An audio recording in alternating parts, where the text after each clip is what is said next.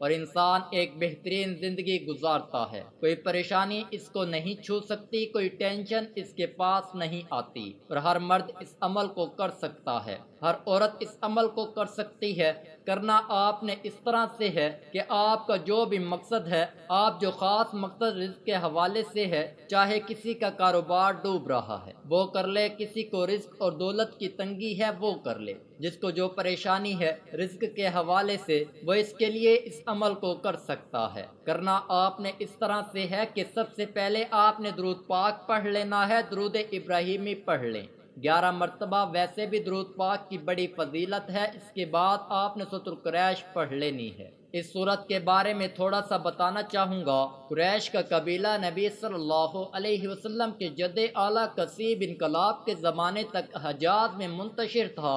سب سے پہلے کسی نے اس کو مکہ میں جمع کیا اور بیت اللہ کی تولید اس قبیلے کے ہاتھ میں آ گئی۔ اسی بنا پر کسی کو مجمع جمع کرنے والے کا لقب دیا گیا۔ اس شخص نے اپنے اعلیٰ درجے کے تدبر سے مکہ میں ایک شہری ریاست کی بنیاد رکھی اور جملہ اطراف عرب سے آنے والے حاجیوں کی خدمت کا بہترین انتظام کیا، جس کی بدولت رفتہ رفتہ عرب کے تمام قبائل اور تمام علاقوں میں قریش کا اثر و رسوخ قائم ہوتا چلا گیا۔ کسی کے بعد اس کے بیٹوں عبد المناف اور عبد الدار کے درمیان مکہ کی ریاست کی مناسب تقسیم ہو گئی، مگر دونوں میں سے عبد المناف کو اپنے باپ ہی کے زمانے میں زیادہ مانوری حاصل ہو چکی تھی اور عرب میں اس کا شرف تسلیم کیا جانے لگا تھا۔ عبد المناف کے 4 بیٹے تھے، ہاشم، عبد شمش، مطلب اور نوفل۔ ان میں سے ہاشم عبد المطلب کے والد اور رسول اللہ صلی اللہ علیہ وسلم کے پردادا کو سب سے پہلے یہ خیال پیدا ہوا کہ اس بین الاقوامی تجارت میں حصہ لیا جائے جو عرب کے راستے بلاد مشرق اور شام و مصر کے درمیان ہوتی تھی، اور ساتھ ساتھ اہل عرب کے ضروریات کا سامان بھی خرید کر لایا جائے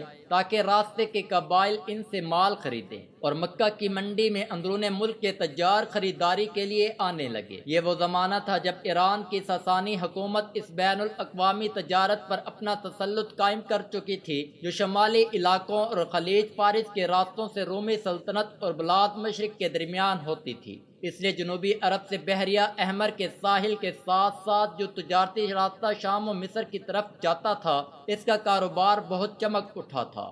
دوسرے عربی قافلوں کی بنسبت قریش کو یہ سہولت حاصل تھی کہ راستے کے تمام قبائل بیت اللہ کے خدام ہونے کی حیثیت سے ان کا احترام کرتے تھے۔ حج کے زمانے میں نہایت فیاضی کے ساتھ حاجیوں کی جو خدمت قریش کے لوگ کرتے تھے، اس کی بنا پر سب ان کے احسان مند تھے۔ انہیں اس امر کا کوئی خطرہ نہ تھا کہ راستے میں کہیں ان کے قافلوں پر ڈاکہ مارا جائے گا۔ راستے کے قبائل ان سے راہ گزر کے وہ بھاری ٹیکس بھی وصول نہ کر سکتے تھے جو دوسرے قافلوں سے طلب کیا جاتا تھا۔ ہاشم نے انہیں تمام پہلوؤں کو دیکھ کر تجارت کی اسکیم بنائی اور اپنی اس اسکیم میں اپنے باقی تینوں بھائیوں کو شامل کیا۔ شام کے غسانی بادشاہ سے ہاشم نے، حبش کے بادشاہ سے عبد الشمس نے، یمنی امراء سے مطلب نے اور عراق و فارس کی حکومتوں سے نوفل نے تجارتی مراعات حاصل کیے۔ اس طرح ان لوگوں کی تجارت بڑی تیزی سے ترقی کرتی چلی گئی۔ اسی بنا پر یہ چاروں بھائی متجرین تجارت پیشہ کے نام سے مشہور ہو گئے، اور جو روابط انہوں نے گرد و پیش کے قابل اور ریاستوں سے قائم کیے تھے، ان کی بنا پر ان کو اصحاب الالاف بھی کہا جاتا تھا،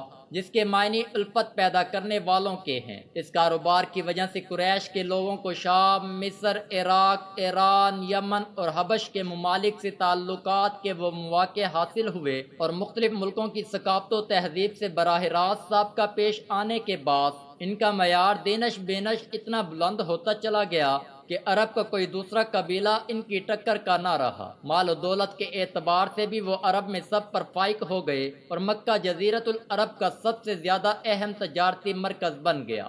ان بین الاقوامی تعلقات کا ایک بڑا فائدہ یہ بھی ہوا کہ عراق سے یہ لوگ وہ رسم الخط لے کر آئے جو بعد میں قرآن مجید لکھنے کے لیے استعمال ہوا۔ عرب کے کسی دوسرے قبیلے میں اتنے پڑھے لکھے لوگ نہ تھے جتنے قریش میں تھے۔ انہی وجودات سے نبی صلی اللہ علیہ وسلم نے فرمایا تھا کہ قریش قادۃ الناس، قریش لوگوں کے لیڈر ہیں۔ حوالہ مصنف احمد و مرویات عمرو بن العاص اور حضرت علی رضی اللہ تعالی عنہ کی روایت بہقی میں ہے کہ حضور صلی اللہ علیہ وسلم نے فرمایا، پہلے عرب کی سرداری قبیلہ حمیر والوں کو حاصل تھی، پھر اللہ تعالیٰ نے وہ ان سے سلب کر کے قریش کو دے دی۔ قریش اسی طرح ترقی پر ترقی کرتے چلے جا رہے تھے کہ مکہ پر ابراہ کی چڑھائی کا واقعہ پیش آ گیا۔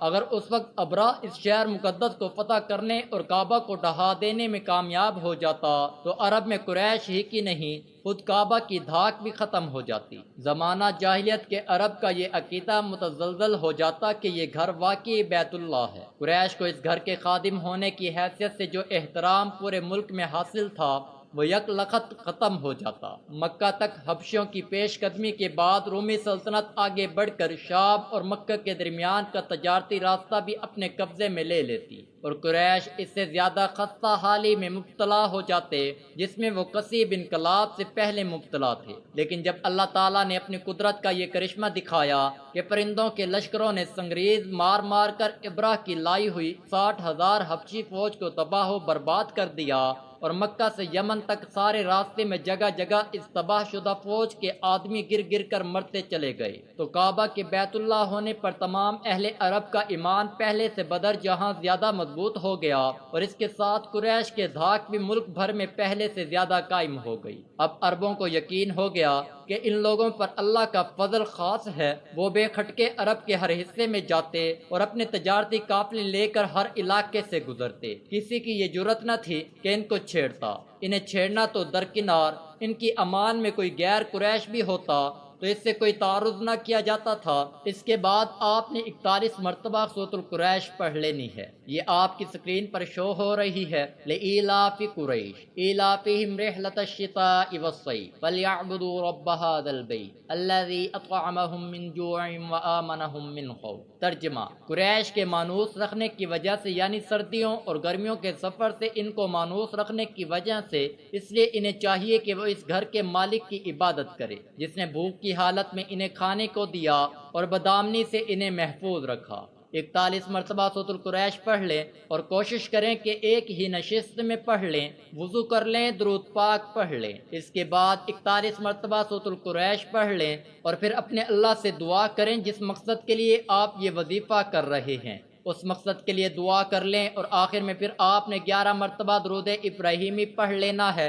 یقین جانیں اس وظیفے سے آپ کو وہ سب کچھ ملے گا جس کے بارے میں آپ نے سوچا بھی نہیں ہوگا۔ اللہ پاک آپ کے رزق میں، آپ کی دولت میں اضافہ فرما دیں گے۔ اللہ پاک آپ کو اتنا زیادہ عطا فرما دیں گے کہ آپ کی آنے والی نسلوں سے پیسہ ختم نہیں ہوگا۔ میرے بھائیوں، یہ سورت کا بڑا خاص عمل ہے جو میں آپ کو بتا چکا ہوں۔ انشاءاللہ اس عمل سے گھر میں برکت رہے گی۔ گھر میں برکت کے ساتھ ساتھ آپ کے پاس پیسہ ختم نہیں ہوگا۔